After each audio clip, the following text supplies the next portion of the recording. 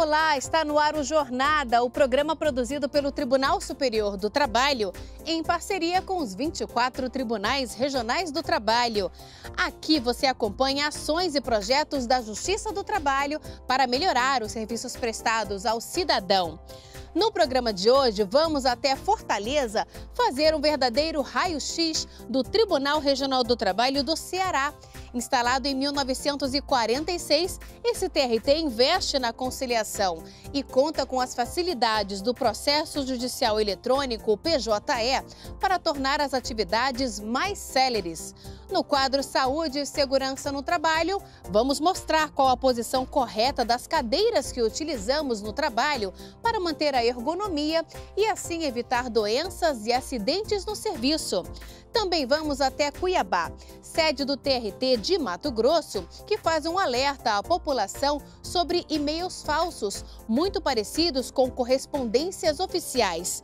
E no quadro Meu Trabalho é uma Arte, vamos até São João del Rei, em Minas Gerais, conhecer o ofício dos artesãos que trabalham com estanho. Tudo isso e muito mais agora. O nosso Jornada já começou.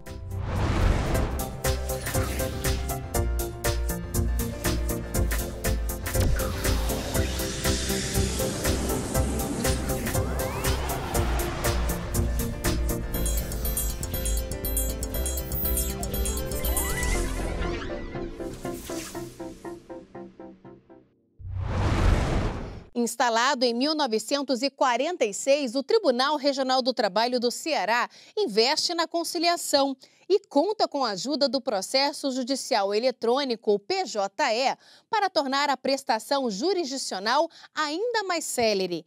Esse TRT foi o primeiro do Nordeste a implantar o PJE e todas as varas do trabalho do Estado já contam com o sistema.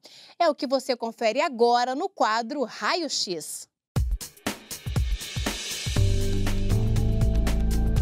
Com o propósito de fazer cumprir as leis trabalhistas e solucionar de forma rápida e eficiente os conflitos entre trabalhadores e patrões, a Justiça do Trabalho no Ceará vem atuando há mais de 70 anos. Criada em 1941, ela hoje desempenha um papel fundamental em prol da paz social e do fortalecimento da cidadania. A Justiça do Trabalho que já foi até considerada uma pequena justiça exatamente por tentar solucionar esses conflitos de forma amigável, hoje é exemplo para todo o judiciário, porque o judiciário viu que não há como solucionar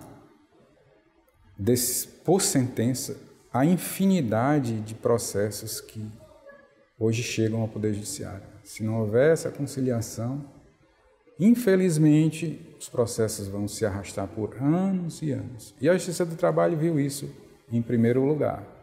E por isso tem sido destaque sempre em celeridade. No Ceará, funciona a 7ª Região da Justiça do Trabalho. A sede do TRT Ceará fica neste prédio que até hoje preserva a arquitetura dos palacetes da década de 50. Aqui são realizadas as sessões de julgamento do Tribunal Pleno e das 3 turmas. 14 desembargadores, 66 juízes e 1.060 servidores atuam juntos para garantir que trabalhadores e empregadores tenham seus direitos respeitados.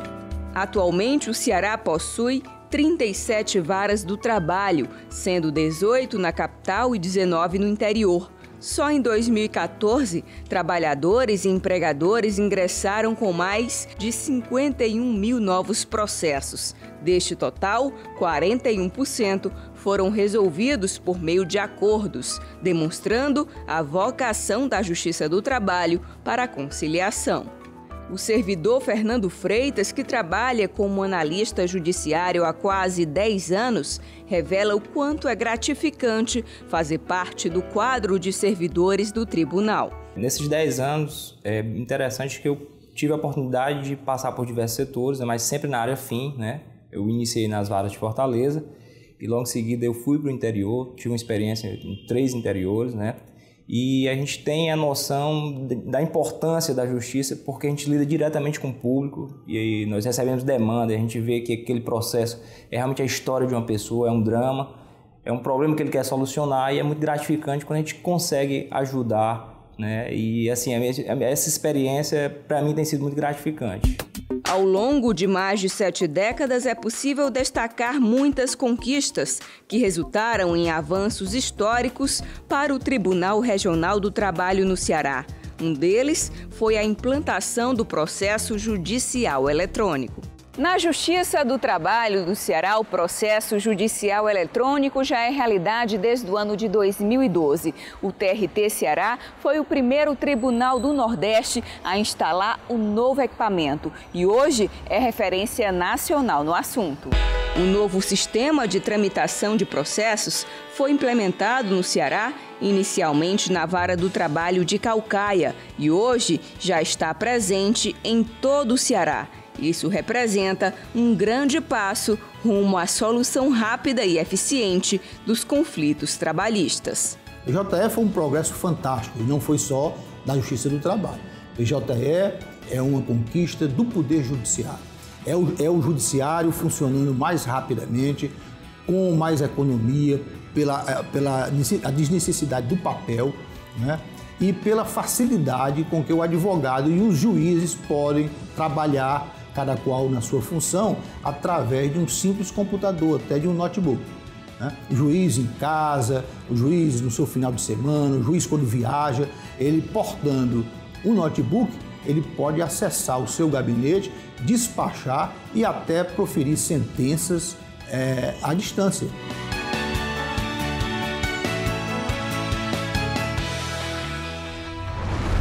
Vamos agora fazer um giro pelo Brasil para acompanhar algumas decisões de destaque.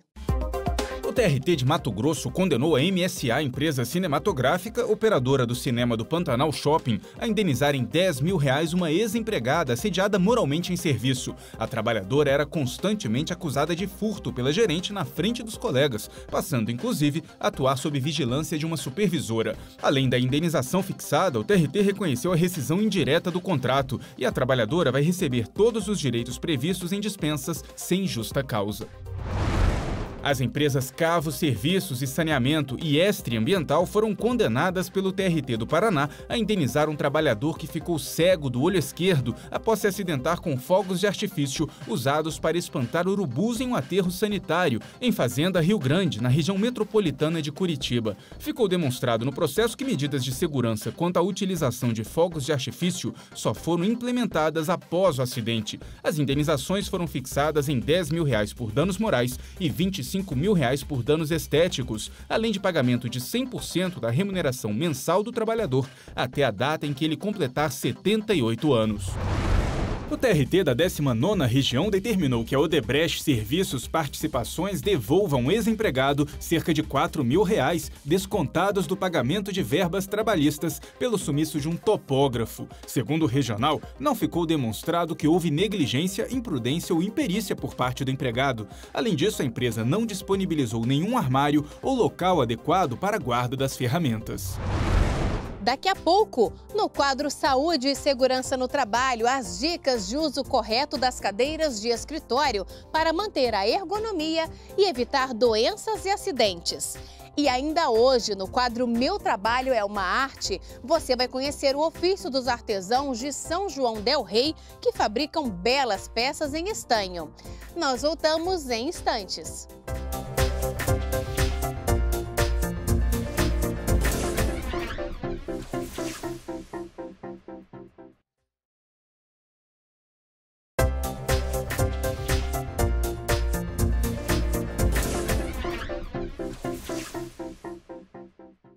Vamos saber o que os tribunais têm feito para melhorar a atuação da Justiça do Trabalho? Chegou a hora do JT em Ação. Para marcar o Dia Mundial de Combate ao Trabalho Infantil, o programa TV TST, que vai ao ar em 12 de junho, será especial. Os ministros Kátia Magalhães Arruda, Lélio Bentes e o desembargador Grijalbo Coutinho, integrantes do Programa de Combate ao Trabalho Infantil da Justiça do Trabalho, discutirão os principais mitos relacionados ao trabalho na infância. Assista também em youtube.com/TST. Diretores gerais dos Tribunais Regionais do Trabalho de todo o Brasil se reuniram em Florianópolis, na sede do TRT de Santa Catarina, para a 4ª reunião do ano. O objetivo foi trocar experiências, ideias e soluções para questões administrativas. Foram discutidos temas orçamentários, processos de remoção, formas de lotação de servidores, além de aspectos pertinentes aos pregões eletrônicos.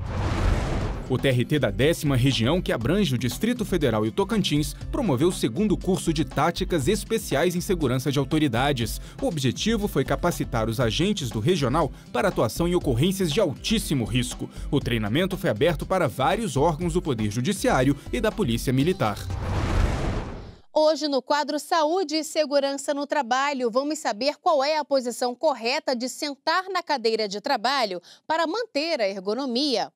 Pode parecer besteira, mas não é não. Uma postura errada pode trazer diversos prejuízos à saúde do trabalhador, principalmente aqueles que passam a maior parte do tempo sentados, utilizando o computador. As dicas vêm do coordenador do programa TST em Movimento, Luiz Sadá. Meu nome é João Luiz Sadá, sou coordenador do programa TST em Movimento da Secretaria de Saúde do Tribunal Superior do Trabalho. Estamos aqui com a servidora Fernanda, que trabalha com análise de processos aqui no gabinete. Ela fez a solicitação para a Secretaria de Saúde e nós viemos hoje aqui para atender nessa orientação ergonômica. Tudo bom, Fernanda? Tudo bem. Primeira coisa que nós vamos ver é a questão do ajuste, da cadeira. Nós vamos aprender hoje como ajustar, as nossas cadeiras. Então, a primeira regulagem que nós vamos fazer é a regulagem da altura do encosto. Então, nós apoiamos o pé aqui para dar uma certa firmeza na base da cadeira. Nós elevamos, ela tem uma trava de segurança e nós vamos ajustando a altura da cadeira. Lembrando sempre de manter pelo menos 2 dedos entre o assento e o encosto. A segunda regulagem é a regulagem de profundidade do assento. Essa cadeira, Fernanda, ela tem uma trava aqui de segurança, para a gente poder regular a profundidade do assento. Então a gente traz a cadeira um pouquinho mais à frente, para trás. O que acontece? Pessoas muito altas, a gente vai trabalhar com essa profundidade um pouquinho mais à frente. Pessoas de estatura mediana, vamos trabalhar com essa cadeira, com esse assento totalmente para trás. A terceira regulagem são os braços da cadeira. Tá? Esses braços nós vamos usar normalmente para descansar. Mas pelo tipo de tarefa e pelo tipo de mobiliário, a ideia é que a gente trabalhe com os braços totalmente para baixo, para que a gente possa entrar com a cadeira, até embaixo da mesa. A quarta regulagem é a regulagem de inclinação do encosto. Então a gente senta na mesma regulagem de altura, a gente tem uma regulagem que a gente puxa essa travinha, ela pega e libera e fica como se fosse uma cadeira de balanço. Essa regulagem, o ideal é o quê? Que a gente use para poder descansar. Então, durante a nossa tarefa, nós podemos sim liberar a cadeira e descansar um pouquinho, até para a gente poder variar a posição. Então, para a gente regular aqui e achar a posição mais cômoda, o ideal é que esse encosto e o encosto e o assento fiquem num ângulo de aproximadamente 90 graus ou um pouquinho inclinado para trás. Então a gente acha esse ponto de conforto e trava a cadeira, tá? E por último, a regulagem de altura.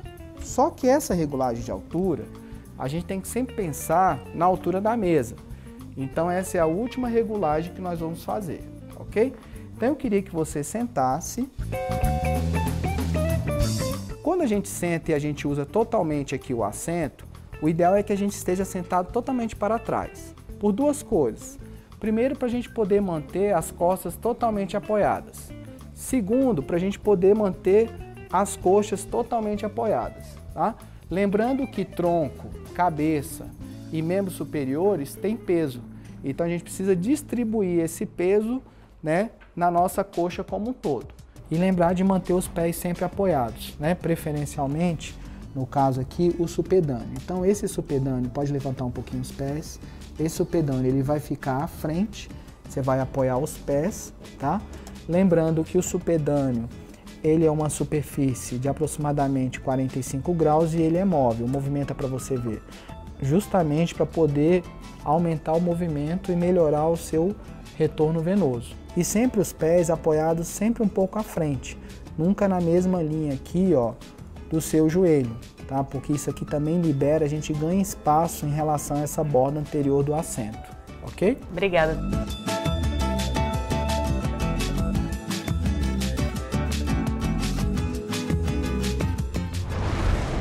No próximo bloco, e-mails falsos, como se proteger dessa ameaça virtual, a mobilização da Justiça do Trabalho em Mato Grosso no combate a esse tipo de fraude.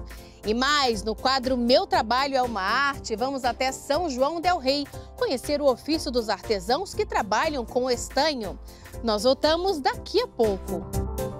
Por ocasião do Dia Mundial de Combate ao Trabalho Infantil, em 12 de junho, o TRT de Goiás preparou uma série de postagens com 10 razões pelas quais a criança não deve ser obrigada a trabalhar. As publicações serão diárias e trarão informações sobre quais atividades são compatíveis com a capacidade física e psicológica de crianças e adolescentes. Acesse facebook.com/TRT18.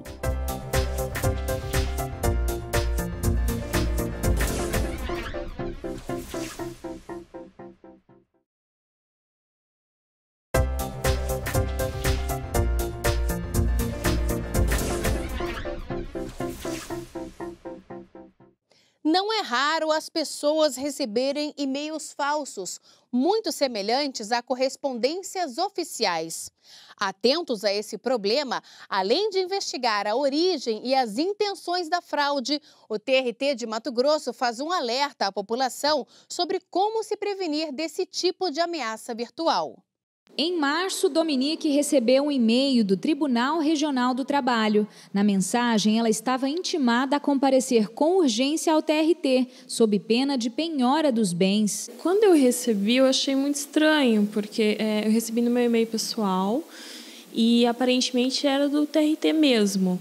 Então, assim, eu fiquei pensando se tinha algum problema trabalhista, por mais que a tua empresa é muito pequena, e mesmo assim eu fiquei receosa. Assustada, mas atenta, a empresária procurou se informar sobre a procedência da mensagem, antes mesmo de abrir o arquivo. Alerta, tanto que eu não abri o anexo, eu olhei e já fui, na verdade, eu fui no site do TRT, coloquei o número do processo e o processo deu como não existente. A chefe da Central de Atendimento ao Jurisdicionado conta que muita gente procurou o órgão em busca de informações sobre esses supostos processos trabalhistas. No início eram esporádicos e depois se intensificaram. Foi quando eu comuniquei a ouvidoria para que o tribunal tomasse uma providência, porque para informar a população, né, uma medida mais eficaz, que esses e-mails eram falsos. Na ouvidoria, há diversos relatos de pessoas que acreditaram no teor do e-mail, que se assemelha a uma correspondência oficial. Algumas pessoas ligam muito assustadas porque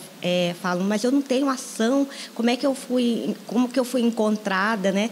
Então, nós esclarecemos que a Justiça do Trabalho não envia esse tipo de correspondência. O tribunal utiliza-se das intimações pelo Diário Eletrônico da Justiça do Trabalho, ou por correspondência registrada, carta AR, notificações, intimações, e também por oficial de justiça. Uma mensagem semelhante chegou também para o secretário de Tecnologia de Informação do TRT.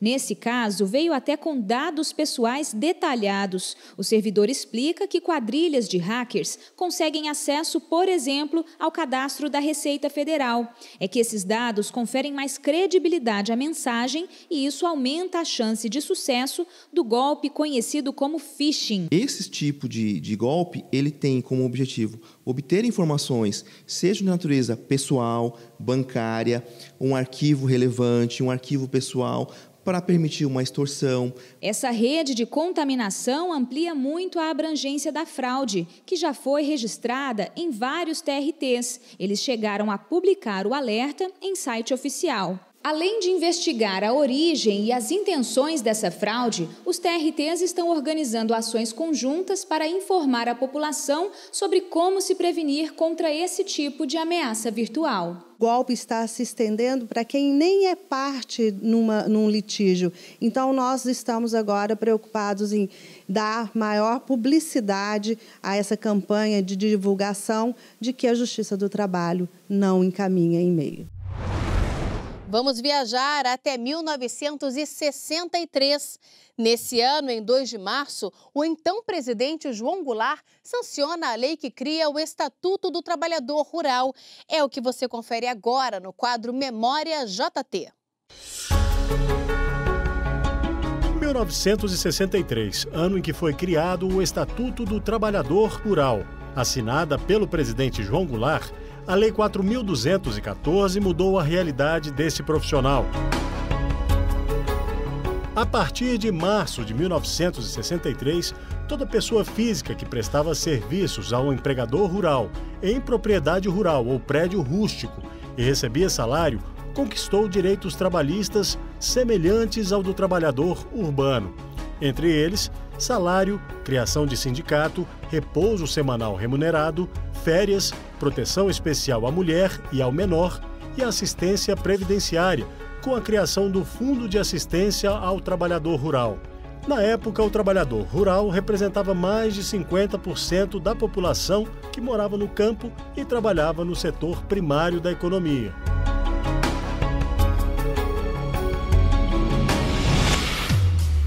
No próximo programa, você vai ver que em 1966 foi instituído o Fundo de Garantia por Tempo de Serviço. Na década de 60, São João del Rei, em Minas Gerais, era o centro da mineração de estanho no Brasil. Naquela época, um inglês que morava na cidade começou a produzir artesanato com esse elemento químico do grupo dos metais. Os anos passaram e muitas pessoas ainda continuam essa produção. É o que você confere agora no quadro Meu Trabalho é uma Arte.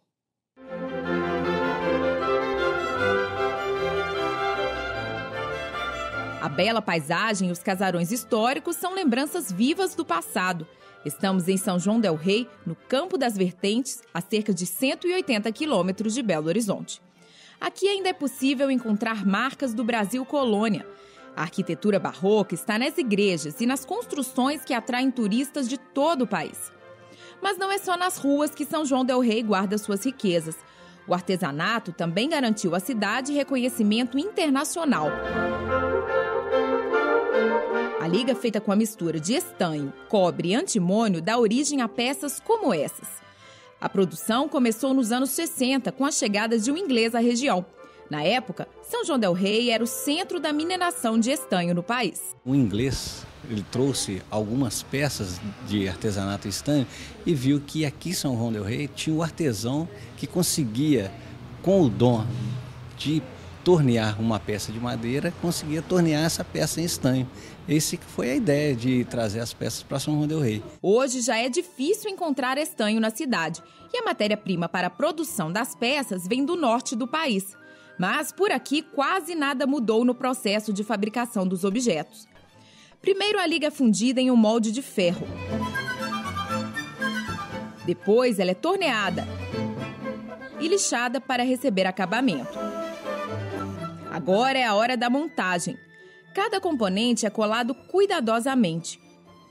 Por fim, a peça recebe o polimento e o acabamento definitivo.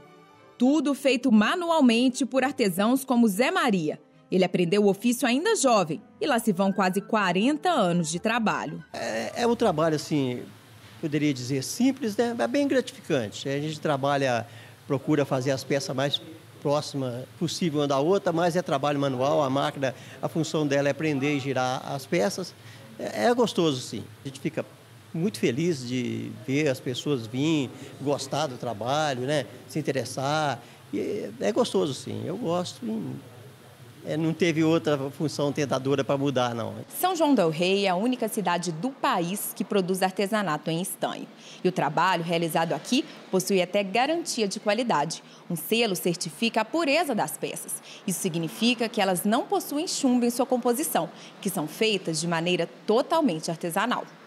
O selo foi concedido pelo Instituto Nacional de Propriedade Industrial, o INPI, e também indica a procedência das peças.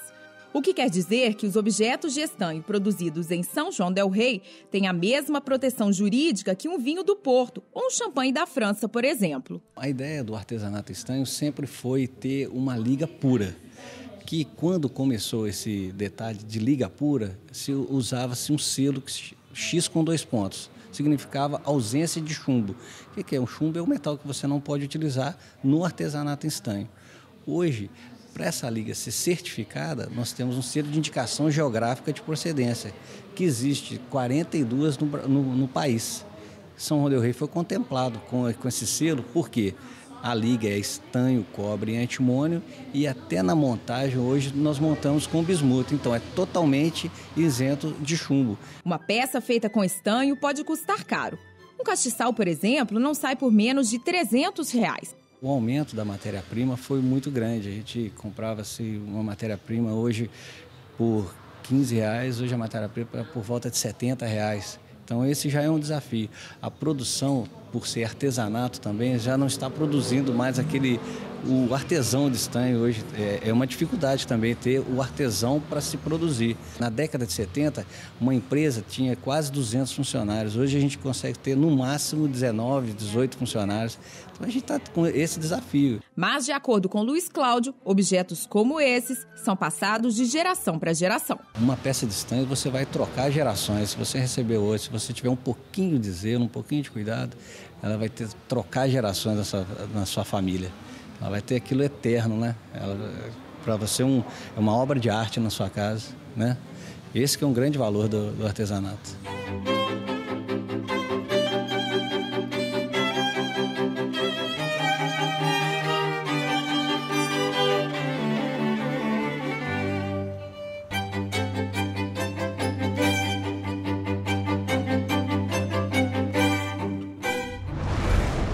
A jornada de hoje termina aqui. Na semana que vem temos um novo encontro. Muito obrigada pela companhia e até lá!